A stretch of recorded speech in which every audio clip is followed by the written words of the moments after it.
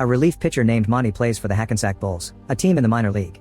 They aren't very popular because they don't play very well, to the point that their field has tracks and they have to pause the match every time a train passes through. One day, Monty tells his best friend and catcher Spike that there's a man in the audience taking pictures of him. His name is Donaldo and he did the same in the last 3 games, so Monty thinks he may be recruited to the big league soon. However, Spike thinks Monty is hoping for too much. The Bulls miraculously win the game, so the team goes to a bar to celebrate. Monty and Spike find 2 women who enjoyed the game and flirt with them, intending to take them home. Outside, Donaldo is calling his boss to inform him of Monty's movements. It turns out he's been following him around for days. At that moment, the women's boyfriends arrive and get very angry when they find them with Monty and Spike.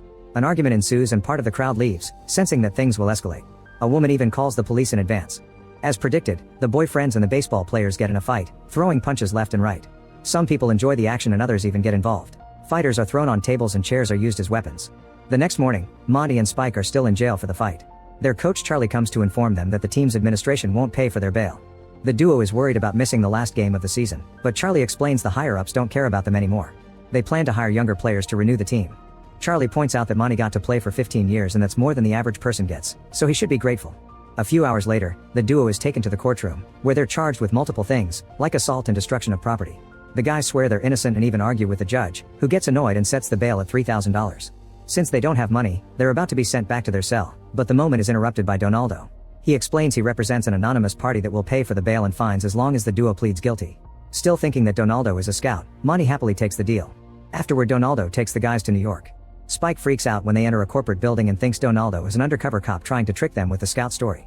Donaldo points out that he never told them he was a scout and explains that he was hired by a law firm. The group enters a fancy office and Monty is taken to see the lawyers in private.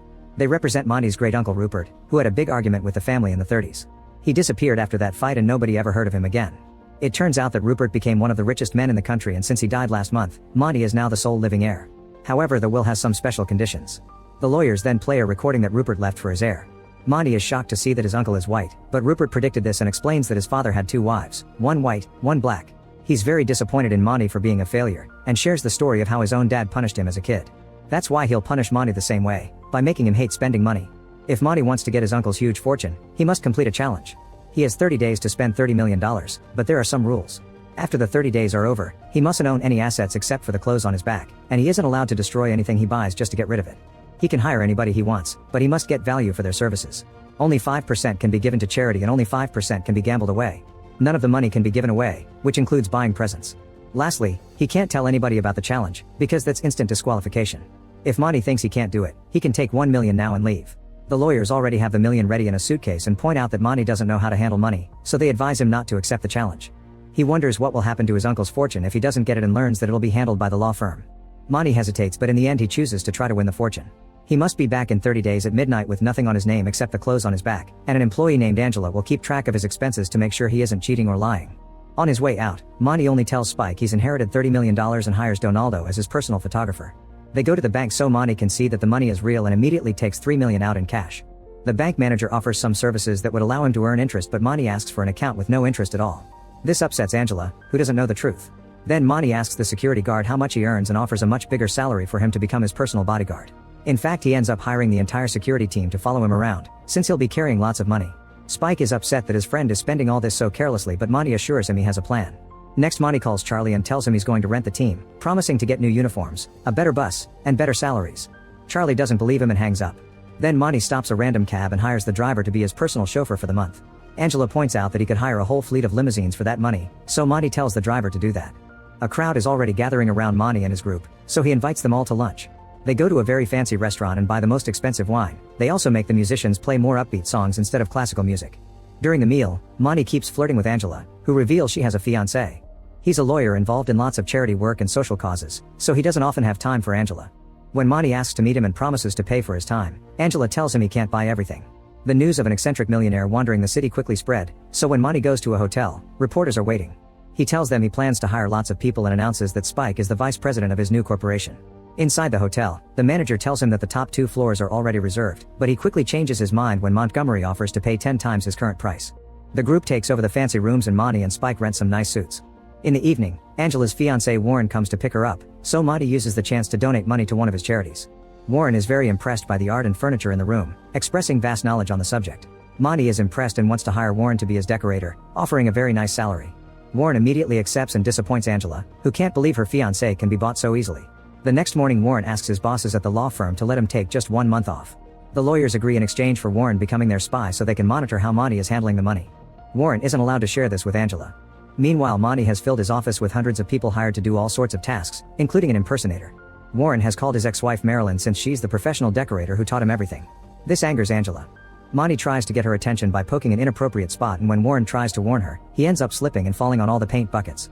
Marilyn has tons of ideas and Monty tells her there's money to achieve them all. A man asks Monty for $3 million to get an iceberg from the North Pole to Africa to give people fresh water, and Monty approves that too while ignoring Spike's and Angela's concerns over being a scam. Monty also hires a man to use the permitted 5% to bet on horses and sports. At that moment Charlie calls and Monty announces that he'll pay for his team to play against the Yankees. He even sends out helicopters to pick up his teammates. Outside the stadium, Monty waits for his friends with a whole welcome party and he's happy to see them wear the new uniforms. He's even rented penthouses for everyone. The lawyers watch all this and wonder if they've underestimated him. Afterward Monty puts on the uniform too and trains with his team while the news announces the big upcoming game. In the evening, Monty brings a woman to the hotel, but when they're about to do the dirty they're interrupted by a call from Angela, saying they have to discuss something extremely important and urgent. Monty has no choice but to kick the woman out. Then Spike and Angela come to the room with a financial advisor, hoping he'll help Monty invest. However, Monty hires him on a salary instead of commissions and plans to ignore all his advice. Spike and Monty choose to relax by playing some baseball and Spike uses the chance to tell Monty he should invest in things like jewelry or stamps. This gives Monty an idea, so he rushes to a collector's shop and buys the most expensive stamp in history. The next morning the lawyers see this on the news and laugh because Monty has bought an asset. However, they receive a postcard from Monty and are furious to discover he used the expensive stamp to send it. They decide to tell Warren the truth about the challenge and ask him to create an error in Angela's accounting, promising a good reward if the law firm wins the money. Later Monty watches the news and learns that his stocks in the iceberg company have tripled thanks to his investment. Worried about the new money, Monty tells his employees to sell it all. To make matters worse, the gambler has won all the bets too. Monty panics and tells Angela to donate it all to charity. Marilyn is done with the decoration and has added lots of things to the room, but Monty asks her to do even more. Since Warren is so busy helping her, Angela agrees to have lunch with Monty, saying she's impressed by a man who is happy to donate so much. When they're about to leave, a man accidentally hits their car from behind. The damage is minimal, but Monty wants to take the guy to the hospital just to pay for a medical service. When the man realizes who this is, he pretends he's been severely hurt by the accident and Monty even gives him money so he can pay alimony to his 2 ex-wives. Angela freaks out and starts yelling at Monty on the street, calling him out for his choices. Warren watches this from the window while Marilyn tells him that Angela may not be a good partner after all, since she's embarrassing herself in public. During dinner at a restaurant, Warren tells Angela that she's been too friendly with Monty and wonders if her feelings for him have changed, which angers her and causes her to leave. On the news, a reporter talks about Monty buying 5 cases of 114-year-old wine in cash at an auction house. He opened the bottles at a reception for the public to share the wine with everyone. Sometime later Spike and the financial advisor announce that they did some investments behind his back and made $10 million. Monty freaks out and the others wonder what's wrong with him. They're interrupted by Warren, who asks for $20,000 for a deposit on some furniture they'll be renting. Monty gives him the money and sends everyone away to have some alone time.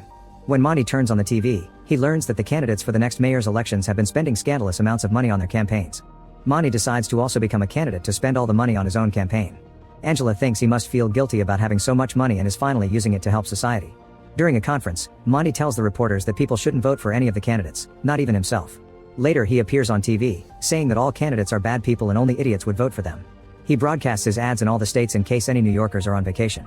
His honesty about politicians' corruption makes him incredibly popular. Angela continues to keep up with the expenses and worries because the money is almost gone. The other 2 candidates meet in secret and agree they must do something about Monty, who continues to insult them on national TV. They sue him for emotional damage and Monty is happy to pay a $4 million fine. Eventually the day of the big game comes and Monty makes a pep talk, assuring his team that they can defeat the Yankees. Before the match starts, a train goes through the field with more ads for Monty's campaign. Monty is the first pitcher and his teammate manages to catch the ball, so they take out the first Yankee. When another batter steps up, Spike keeps taunting him and insulting his wife. The batter gets angry and almost starts a fight, so he's kicked out of the field. Meanwhile Warren is at the furniture store and returns all the things he's rented, which gets him back the deposit money. Although the Bulls start the game offering a fair challenge, soon the Yankees turn the game in their favor.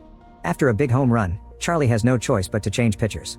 He tells Monty he did well and reminds him that these are the Yankees, so the fact that the Bulls scored a few points at all is enough for him to be proud of his team.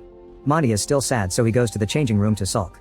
He's then approached by the Will's executor, who informs him that if he wins the election he'll receive a salary, and that's considered an asset. The game ends with the Yankees winning and Monty makes a speech to congratulate them. He explains that anyone with money can buy an election, but becoming a professional athlete takes effort. Monty also withdraws from the election, pointing out that he didn't expect to win and that everyone missed the point. He doesn't have much money left, so he'll use it all to throw a party and everyone is invited. That night, Angela closes the books with a balance of 0. Monty comes to pick her up for the party, but Angela wants nothing to do with him. She's disgusted by the way he wasted so much money on nothing that matters. She rushes out and doesn't hear Monty say "I love you." At the party, Spike and the security guard check Donaldo's pockets and discover he's been stealing money. All of Monty's employees feel bad that he's broke and gather some money to help him, but he turns it down and Donaldo takes his cash back. The next day, Monty wakes up in his bed with a killer hangover. The hotel manager comes to remind him it's time to check out, and employees from various services are already taking out all the things he rented for the month, including his nice clothes. After putting on his old uniform, Monty checks the room that Marilyn finished and approves of it before everything is taken away. On his way out, the doorman tells Monty that he voted for nobody just like he asked. That night, the city is shocked to learn that nobody won the election because everyone followed Monty's advice. With only 5 minutes left before midnight, Monty goes to the lawyer's office. In the elevator, he's approached by Warren, who gives him back the deposit money. After screaming in frustration, Monty tells the lawyers that he gives up and is ready to sign the papers to end this. Warren is watching everything through the window and is found by Angela, who wonders what is going on. Since he thinks it's over, Warren tells her everything. A furious Angela takes the ticket from him and rushes into the office to reveal the trap. She wants to slap Warren for his trick, but Monty stops her and punches him instead. Warren announces he will sue him for assault, so Monty asks Angela to be his lawyer and hires her using the deposit money. As the clock starts to strike 12, Angela quickly makes a receipt for her service, effectively leaving Monty broke right before the last second strikes. The executor of the will announces that Monty has won the challenge and the fortune is his. The man also announces he'll have to investigate the lawyers for fraud. Monty celebrates his victory and leaves with Angela, ready to start a new life. Make sure to subscribe and turn on notifications so you can watch more videos like this. Thanks for watching.